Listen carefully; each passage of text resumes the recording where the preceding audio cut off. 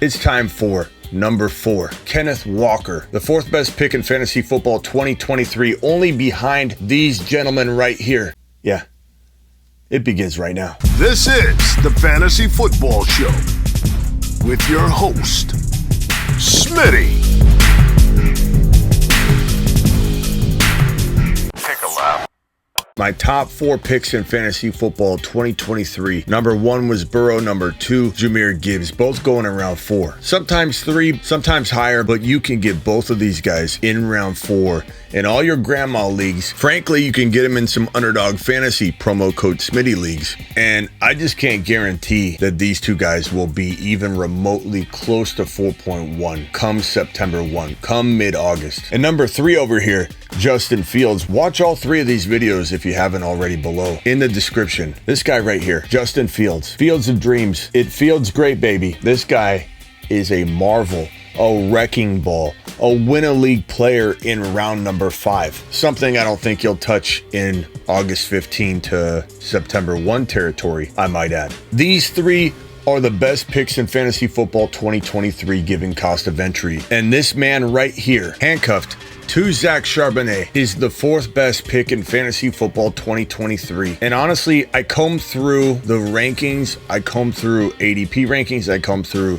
consensus data rankings. I combed through my own rankings looking for a better value to see if I need to throw another name up here like Drake London, who is very, very close to being number 4 because he can go in round 4. He can go sometimes in round 5. He would probably be the number 5 overall player if this series extended through 5 players. Christian Watson, he's going a little higher than Drake London. He's climbed into 3. Not always. Sometimes he's in 4. He was a very close candidate to be number 4 overall. But because Kenneth Walker has been falling into round 5, not every time, but a majority of the time, especially when we draft on Underdog Fantasy promo code Smitty and we're doing these weekly winners best ball drafts, he's been falling to round 5 more times than I can count. And it's a steal. It's a home run. You have to cuff the 2 together because you don't know how it's going to play out. You don't know if Walker goes down and Charbonnet gets in there, a guy we loved before the NFL draft. If Charbonnet gets in there and starts doing work, they could keep him in.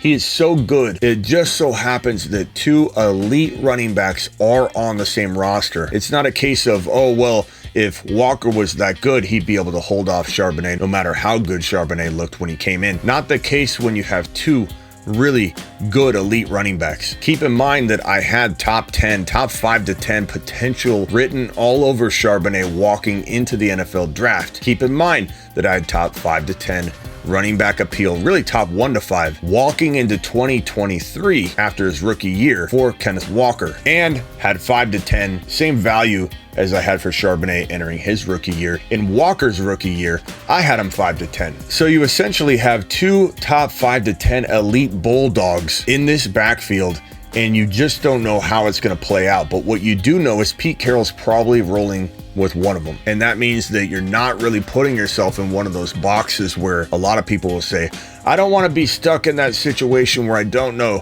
who I'm going to start each week. Pete Carroll committed to Penny during this man, Kenneth Walker's rookie year. He did until he didn't. Then it was Kenneth Walker time. And Walker was fantastic. He was amazing. He was arguably rookie of the year to a lot of people. He won leagues. He was on our Moon Men list, our bold predictions. And we walked into 2023 before the NFL draft handed us Zach Charbonnet in Seattle. Before that, this guy was in our community top 1 to 5 for all running backs in fantasy football. In that 1 to 5 ranking across our community, most people lean toward the 4 or 5 territory. But the point is, he was a top 5 running back, especially in our community, before Charbonnet landed in Seattle. And I think everybody needs to remind themselves that A.J. Dillon's in Green Bay. Has Aaron Jones continued to be an elite top 5 running back in fantasy football? I'm not saying this year, but for the last handful of years, A.J. Dillon hasn't taken that away from Aaron Jones. And you might say, well, Aaron Jones caught passes, Smitty. Well, this might be the inverse of that. Maybe Charbonnet does come in on 3rd downs and take some receiving work away from Walker. If we pretended Walker wasn't going to evolve as a very good pass catching back at the NFL level, which I'm going to argue in a minute, but if we pretended that to be true, don't just think everything's going to be repeated from over here like it's a blueprint. Walker can survive Charbonnet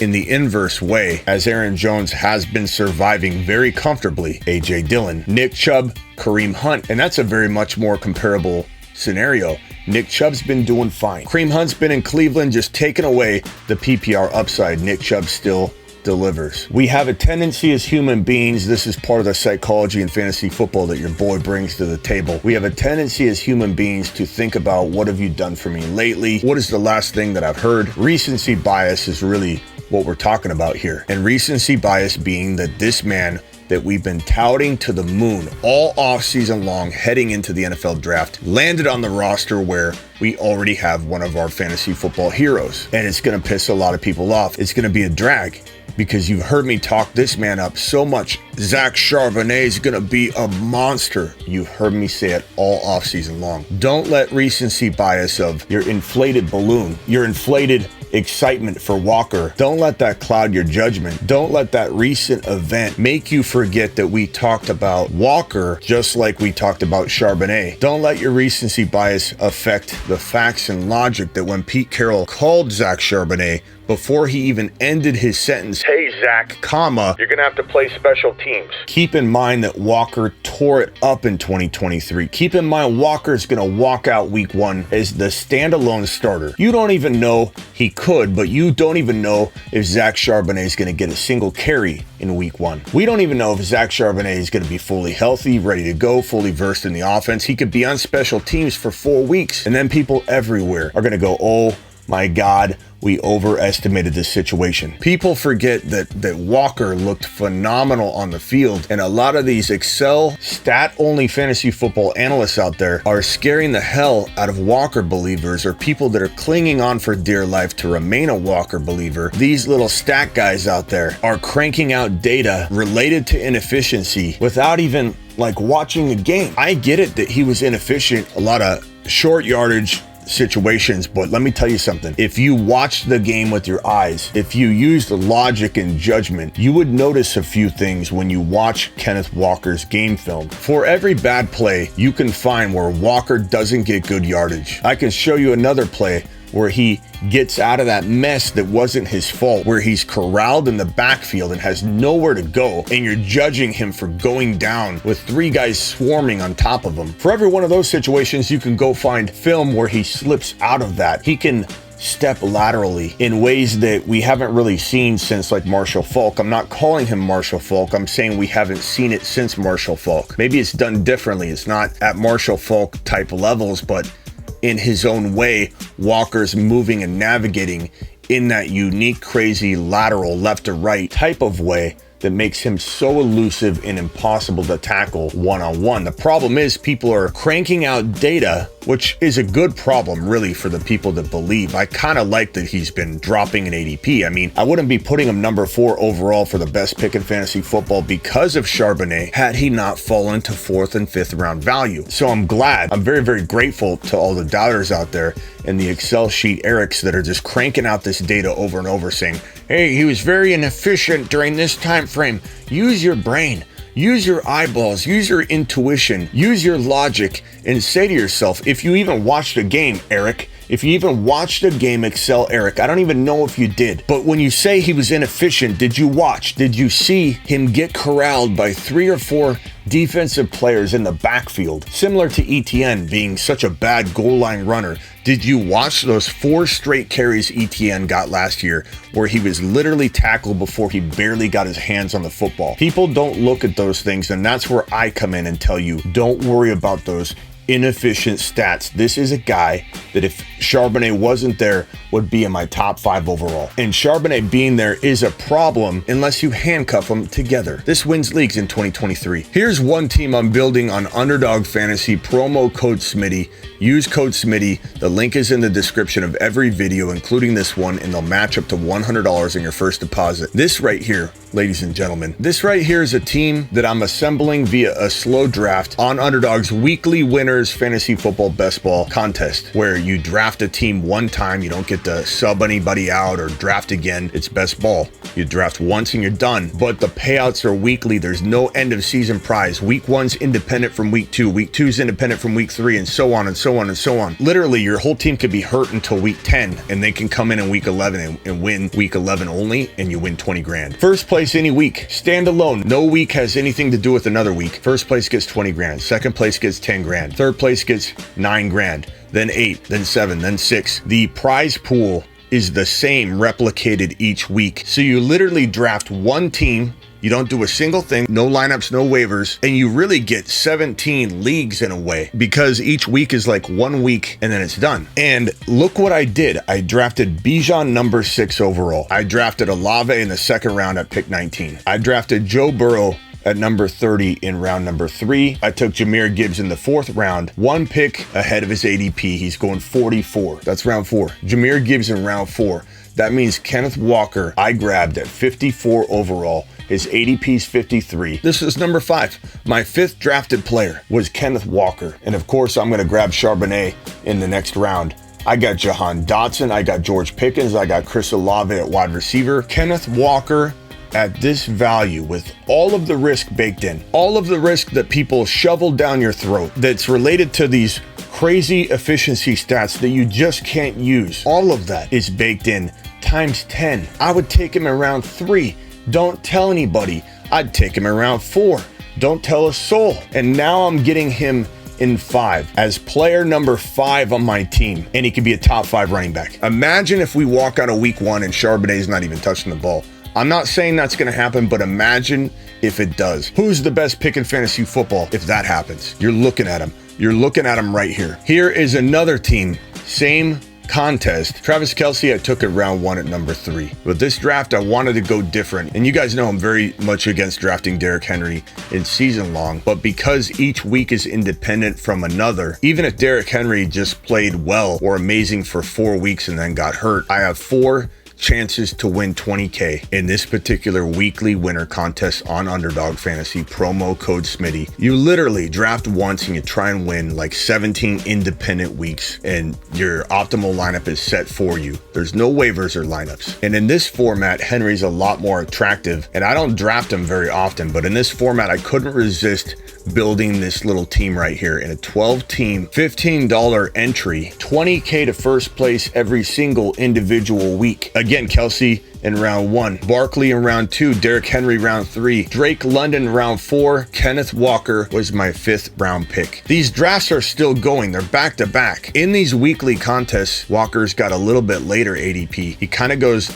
tail end of round 4 to sometimes top of round 5 in a regular best ball. But in the weekly winners, for some reason, he's falling almost like clockwork into the 5.1 to 5.5. I'm getting him every time at the top of round 5 right now in the weekly winners contest. This wins leagues, plain and simple. And for all the people that say, Smitty, but he can't catch, I'm worried about Charbonnet taking the PPR. Again, even if we assume that to be true, which I don't believe it to be, and I'll say why in a minute, Kareem Hunt, Nick Chubb. It's not something you should be worried about at 5th round value, at your 5th drafted player. Do you understand what I'm saying, Bob? That argument doesn't hold water. What you should be saying, Bob, is, hey, Smitty, if everybody's wrong about him not being a PPR type guy, what does that do for the guy and my team if he ends up being a PPR monster from my 5th drafted player, 5th round draft slot? I'll tell you what it does. Got him. And for everybody saying he won't catch passes, Smitty, he didn't catch passes in college. He looked good catching passes last year. And not to mention what I said at the beginning of 2022, before this man caught an NFL pass, before he took a single NFL snap. Use your judgment and your eyeballs, because Zeke Elliott didn't catch passes in college either. Zeke Elliott was coined as a non-PPR player entering the NFL. And I came out and I said on NBC, CBS Sports Radio, I said, don't listen to all the people running their mouth about Zeke Elliott being some sort of lost cause PPR guy. He's got great hands. Look at his workout. They just didn't use him. I said the same thing about Walker. Pete Carroll loves Kenneth Walker. And even though this guy is a good pass catcher, and if Look, Zach Charbonnet got in there. He'd be a top 5 to 10 running back. My pre-NFL draft analysis and projections for him don't change.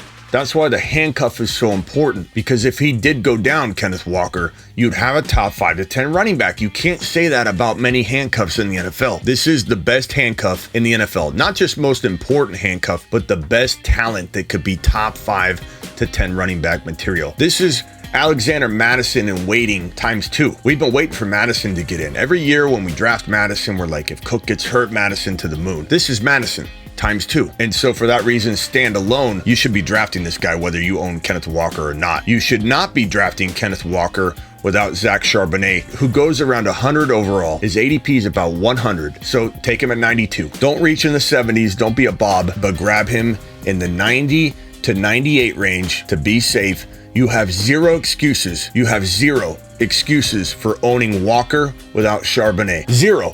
Because it does determine whether you win your league. There's a reason both of them are up right now. I'm not wasting screen real estate to have Zach Charbonnet's head poking out over Walker's. If you don't listen to me about the cuff and the importance of cuffing, and you just take this video and go, oh, Smitty likes Walker, I'm not going to get Charbonnet. Or, hey, Smitty, I didn't get Charbonnet, but you better be right about Walker. You didn't pay attention. You didn't pay attention at all. This combination is critical given how important he is if he goes down, given how good Charbonnet is if Walker gets banged up and he comes in and Carroll's like, I can't take this guy out. Charbonnet's a monster. You have to own both. But going back to Walker, Walker's hands at the combine proved to me he can catch. He's got as good a hands as anybody in the top 5 or 6 for running backs in fantasy football. He does. You can say whatever you want. I don't care. I've seen him catch footballs. You know what he does as well as anybody, if not better? Navigates open field, open spaces, open planes. And when he gets a football, whether he runs it or catches it, and he turns and faces the defense, he has 4,000 avenues in his mind as to where he's going to take the football. And he has a natural instinct. You can't teach a player to choose the direction of least resistance and most opportunity to get more untouched yards. And then when he gets to another fork in the road, after selecting said path, he will then determine which direction to go from there. This isn't just an A to B runner. This is a guy that literally runs all over the field, turning like Forrest Gump, running straight, running this way, running that way. Kenneth Walker is unreal. And to suggest he can't be a top 5 PPR running back in 2023, in 2024, and 2025, assuming he staves off Zach Charbonnet, who you have to cuff to account for all the risk. But if he does hold off Zach Charbonnet, if anybody thinks his skill set, his ability to dominate open space, which tells you whether a player is going to be a good receiver, if his hands are sound, which they are, and he navigates open space better than anybody in the National Football League, in my opinion. Those are the 2 things that make you a good receiving running back. People are out of their minds if they think this guy can't be top 5 in the league in PPR production as a running back. It's simple. These are your win-a-league players, guys. And you can get almost all of them on one team. I've even done it in one QB best ball where there's optimal quarterback scoring. You wouldn't want to do this in redraft because you'll never know which quarterback to start each week. You'll get it wrong. But in best ball, they start the highest quarterback for you. And I've got one QB teams with this entire lot. But in a traditional redraft league, not best ball, with your buddies, you don't want to own Fields and Burrow in a 1 QB, but you could own Burrow in 3, Gibbs in 4, Walker in 5. You could own Gibbs in 3, Walker in 4, Fields in 5. There you have it. These right here are the 4 best picks in fantasy football 2023. These are the very best picks you could make given cost of entry. All of the links are down below if you want to go through each individual video. And again, go draft all of these guys on Underdog Fantasy, promo code Smitty. Go do it live. Get out of here.